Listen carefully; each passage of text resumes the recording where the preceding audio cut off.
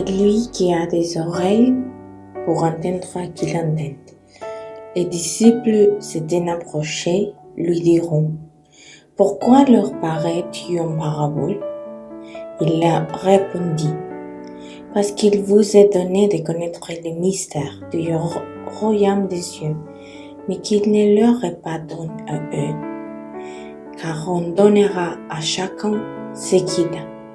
Il aura davantage, mais à celui qui n'a pas, on ôtera ce qu'il a. C'est pourquoi je le parle en parabole, parce que voyant, ils ne voient pas, et entendant, ils n'entendent pas, et ne comprennent pas. Chaque fois qu'il y a un message urgent, spécial, Jésus ajoute ces mots, que celui qui a des oreilles pour entendre, entende. Quelqu'un a dit un jour: Dis-nous à donner des oreilles et une bouche, pour que nous fassions attention à ce qui est le plus urgent. Parler ou écouter. Écouter est très important. Pas seulement entendre, mais déterminer, méditer, discerner ce que nos oreilles reçoivent, bien les comprendre, et ensuite se donner à l'obéissance pour les mettre en pratique. Chaque conseil que Dieu nous donne est nécessaire pour la vie quotidienne. Vous voulez savoir ce qui vient? Nous devons écouter les conseils de Dieu. Mais si nous les ignorons, parce que nous considérons que nos arguments sont bien meilleurs et que nous faisons confiance à ce que nous savons faire, nous commettrons la grave erreur d'être imprudents, d'être fous et de savoir que plus tard, les conséquences viendront. C'est pourquoi Jésus, après leur avoir raconté en parabole, a clos le débat en disant au peuple que celui qui a des oreilles pour entendre, entend. En des autres termes, c'est là pour être écoute bien et faites attention, car c'est là pour vous sauver la vie. Et ceci est très important, parce que dans Matthieu chapitre 3, puis au verset 12, il est dit quelque chose d'important, parce que celui qui en on donnera, il y aura plus. Mais à celui qui n'a pas, même ce qu'il a sera élevé. Savez-vous ce que le Seigneur Jésus nous donne à comprendre avec ses paroles? Il dit à celui qui en donnera, il aura plus. En des autres termes, faites attention à ce qui vous écoute, à ce que vous gardez dans votre cœur. Parce que si c'est un bon conseil que vous mettez en pratique, si vous l'avez, cela augmentera votre connaissance. Et cela augmentera votre prospérité en toutes choses. Mais si vous omettez les conseils, si vous entendez seulement, mais n'écoutez pas, et que vous omettez les conseils, alors il dit: mais à celui qui n'a pas, même ce qu'il a lui sera enlevé.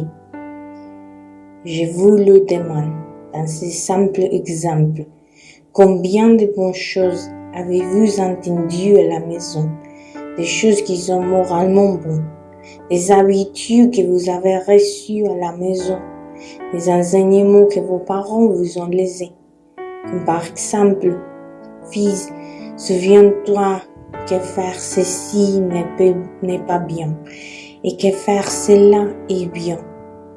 Il se trouve que tu quittais la maison et que chaque jour tu vas à l'école ou au collège, où tu vas voir ce que tu considères comme tes grands amis. Chaque jour, les paroles sont insensées et tu entends tout ce qui est contraire à ce que tu as reçu à la maison. Le moment viendra où tu finiras par faire ce qui est bien des fois.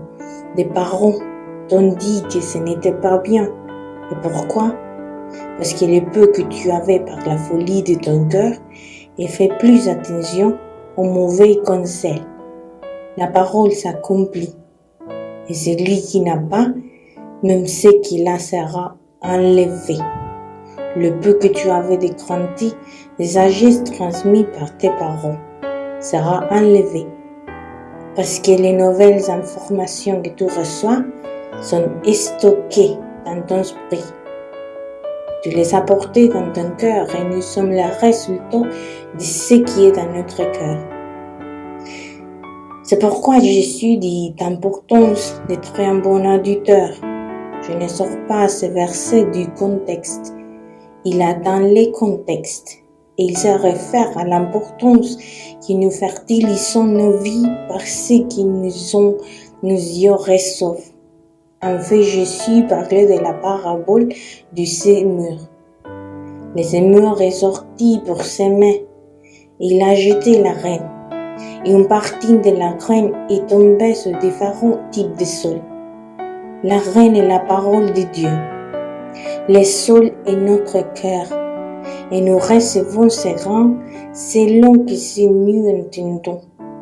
Vous voyez l'importance de savoir écouter, de savoir recevoir des conseils. Mais écoute-moi bien aussi. Et une grande conséquence, si nous avons comme recevoir des conseils, nous faisons bien. Mais que se passe-t-il si nous ne avons pas comme recevoir des conseils? Parfois, nous avons une fausse humilité. Je l'appelle comme ça. Parce que nous avons tendance à baisser la tête. Et pour écouter et prêter l'oreille, pour recevoir l'exhortation, nous réprimons nous les conseils qu'il nous donne, nous bougeons la tête et de haut en bas et disons « Je suis d'accord ». Mais une fois qu'on s'écarte, je suis d'accord. Mais une fois qu'on s'écarte, je ne sais pas comment recevoir les conseils. Je suis d'accord, mais une fois sorti de là, on finit par faire ce qu'on veut. Pardonnez l'expression, mes amis, mais c'est comme ça. On a nos propres arguments et un certain orgueil qui nous fait penser qu'on aura toujours raison. Et on se met à penser, personne ne va m'apprendre à vivre la vie. Personne ne va m'apprendre à élever mes enfants. Personne ne va m'apprendre à restaurer ma maison. Et à chaque fois, on échoue encore et encore. Mes chers amis, refusez de prendre des conseils. Refusez d'écouter les avertissements entraînera de vue. Nous pouvons apprendre de l'histoire, car l'histoire offre d'admirables exemples de personnes qui ont échoué parce qu'ils ont refusé d'écouter les avertissements. Je crois que lorsque nous serons vieux, certains diront « Si seulement j'avais écouté maman ou papa, si seulement j'avais écouté quelqu'un, ce qu'il m'avait dit, je ne paierais pas ses conséquences, n'est-ce pas ?» Malheureusement, vous ne pouvez pas remonter le temps, revenir à ces moments et tenir compte de ces conseils. Ainsi, l'histoire nous parle de gens qui ont échoué parce qu'ils ont refusé d'écouter les avertissements. Refusez-vous d'écouter. Celui qui a des oreilles pour entendre, qu'il entend. Faites attention comme nous l'a appris à l'école en anglais. Faites attention. Faites attention à chaque mot que Dieu vous délivre quotidiennement. Juste avant le début de la Seconde Guerre mondiale, le Premier ministre britannique, Neville Chamberlain, n'a pas quitté les avertissements de différents partis concernant la menace posée par Adolf Hitler.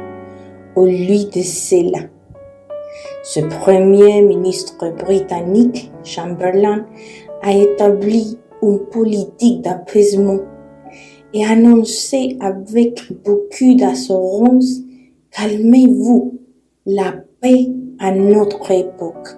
Rien ne va se passer. » Pourtant, elle est morte après l'invasion nazie de la Pologne. La Bible mentionne également de deux régions décrites dans le livre de Jérémie. Le roi Jécoam de Juda et Gudéla, gouverneur de Juda, ont également refusé d'écouter les avertissements directs. Et cela leur a coûté cher, mes amis. Par exemple, le roi Jécoam a reçu un rouleau contenant les prophéties de destruction que Jérémie avait prononcées. Mais au lieu de les écouter, le roi a brûlé le rouleau et a fait arrêter Jérémie, ce qui a entraîné un jugement divin sur lui et sa famille. En notre temps, Gédalia, gouverneur de Juda, il a refusé d'écouter les avertissements selon lesquels il allait être assassiné. Il a pris les complots qui étaient impliqués et ce qui pouvait être fait pour l'arrêter. Mais au lieu d'écouter les conseils qui lui ont été offerts, il a choisi d'ignorer la menace. Et bientôt, un assassin a pris sa vie. Mes chers amis, Dieu place toujours des signes le long du chemin. Il envoie des personnes pour nous parler et surtout, il nous a donné sa parole et son Esprit Saint afin que nous puissions rester sur le bon chemin.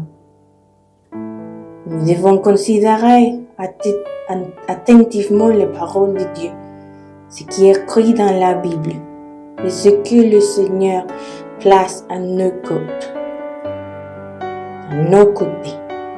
pour nous donner des conseils d'amour, d'édification et d'encouragement. Ignorer les conseils, refuser d'écouter les avertissements peut être un faux et mauvais pas. Il est également important de comprendre les sources à partir desquelles nous recevons des informations. La Bible dit, par leurs fuites, vous les connaîtrez. Parce qu'alors certains pourraient dire, pasteur, mais alors tu connais les bons. Je vais faire un arrêt là et clarifier certaines choses pour vous d'abord. Mais pas tu connais les bons. Deuxièmement, toutes les personnes ne sont pas aptées à vous donner les bons conseils dont vous avez besoin dans la situation dans laquelle vous vous trouvez. Nous devons discerner qu'ils ont les bonnes personnes. Et ce n'est pas parce qu'ils sont mes amis ou qu'elles me traitent bien que chacune d'elles qui sort de leur offre sera le bon. C'est pourquoi il y a trois sources très sûres. La première, c'est quand Dieu vous parle. La deuxième, c'est la parole de Dieu. Et la troisième, ce sont les gens de la foi qui, par leurs bons fruits, démontrent qu'ils sont spirituellement mûrs, que Dieu est en eux et que ce qu'ils disent, ils le disent avec confiance, avec assurance, avec autorité, parce qu'ils le vivent, à qui vous écoutent. Et deuxièmement, si vous refusez d'écouter, faites attention. Aujourd'hui, plus que jamais, nous avons besoin d'avoir nos oreilles grandes ouvertes. C'est pourquoi je répète encore une fois ce que Jésus a dit. C'est lui qui a des oreilles pour entendre, qu'il entende. Père, merci pour ta parole, pour ce que tu nous enseignes chaque jour. Merci Seigneur parce qu'aujourd'hui tu nous rappelles combien il est nécessaire d'apprendre à écouter. Je te demande au nom de Jésus que nos oreilles soient grandes ouvertes, que tu nous donnes ces compréhensions et discernements pour savoir comment écouter Seigneur de la bonne manière, que ce que nous entendons et laissons entrer dans notre cœur. Ce sont tes paroles, des paroles de sagesse, qui nous aident à marcher de la bonne manière aujourd'hui. Au jour le jour, au nom de Jésus, nous le demandons et nous te remercions. Amen.